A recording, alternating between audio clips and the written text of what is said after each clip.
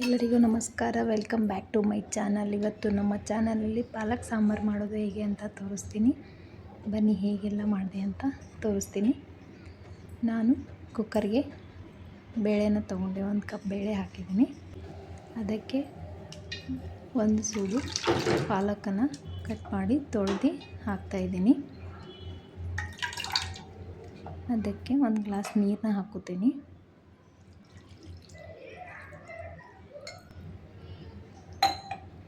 ಇವಾಗ ಮುಚ್ಚಳ ಮುಚ್ಚಿ ಸ್ಟವ್ ಮೇಲೆ ಇಡ್ತೀನಿ. 2 ವಿಸಿಲ್ ಹೊಡೆದ್ರೆ ಸಾಕು.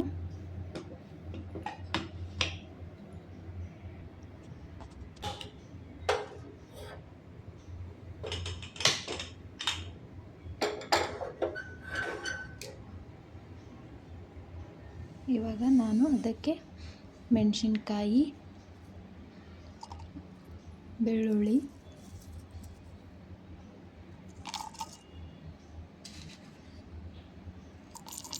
ಉಪ್ಪು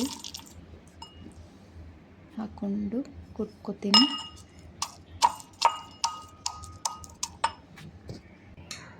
ಈಗ ಬೇಳೆ ಕುದ್ದಿದೆ, ಅದನ್ನು ಚೆನ್ನಾಗಿ ಮಗುಚ್ಕೊಂಡು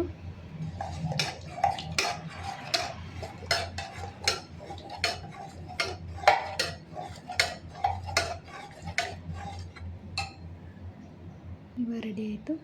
ಒಗ್ಗರಣೆ ಹಾಕೋಣ. ಒಂದು ಪಾತ್ರೆ ಇಟ್ಕೊಂಡು ಅದಕ್ಕೆ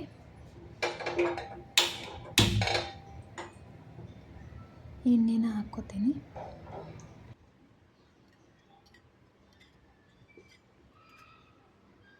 ಅದಕ್ಕೆ ಸಾಸಿವೆ ಜೀರಿಗೆ ಹಾಕ್ಕೋತೀನಿ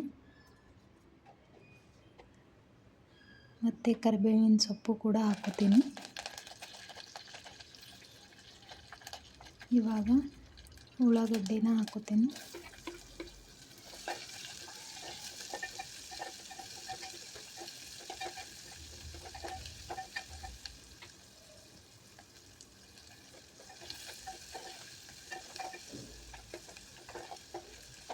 ಸ್ವಲ್ಪ ಹಸಿ ವಾಸನೆ ಹೋಗೋವರೆಗೂ ಹುರ್ಕೋತೀನಿ.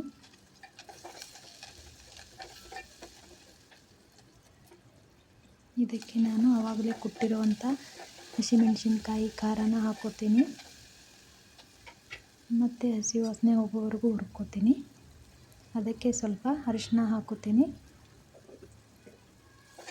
ಮತ್ತು ಸ್ವಲ್ಪ ಹುರ್ಕೊಂಡು ಕುದಿಸಿರೋ ಬೇಳೆನ ಇದಕ್ಕೆ ಹಾಕ್ಕೋತೀನಿ.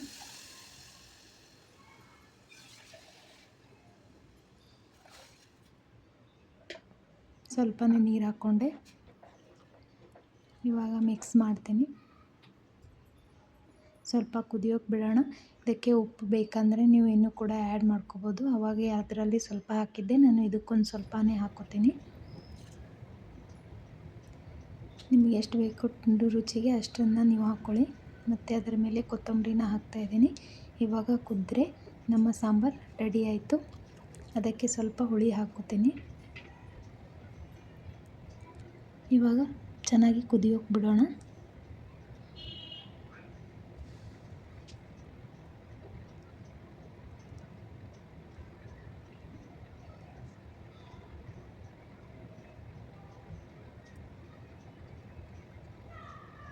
ಈ ಥರ ಈಸಿಯಾಗಿ ಮಾಡ್ಕೊಂಡು ತಿನ್ಬೋದು. ಪಾಲಕ್ ಸಾಂಬಾರು ಮಾಡೋದು ತುಂಬಾ ಈಸಿ. ಇವಾಗ ನಮ್ಮ ಪಾಲಕ್ ಸಾಂಬಾರು ರೆಡಿ ಆಯಿತು. ನೋಡಿ ಹೇಗಿದೆ. ನೀವು ಕೂಡ ಟ್ರೈ ಮಾಡಿ, ಹೇಗಿದೆ ಅಂತ ಹೇಳಿ ಕಮೆಂಟ್ ಬಾಕ್ಸಲ್ಲಿ ತಿಳಿಸಿ.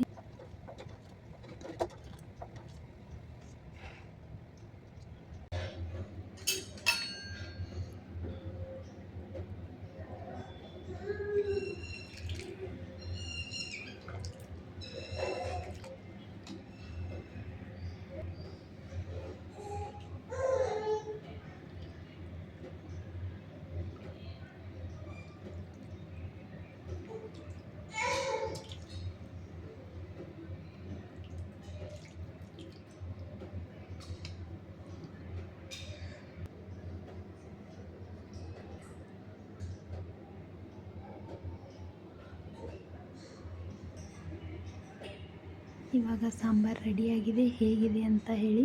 ನಮ್ಮ ಚಾನಲ್ನ ಸಪೋರ್ಟ್ ಮಾಡಿ, ಪ್ಲೀಸ್ ಸಬ್ಸ್ಕ್ರೈಬ್ ಮಾಡಿ. Thanks for watching.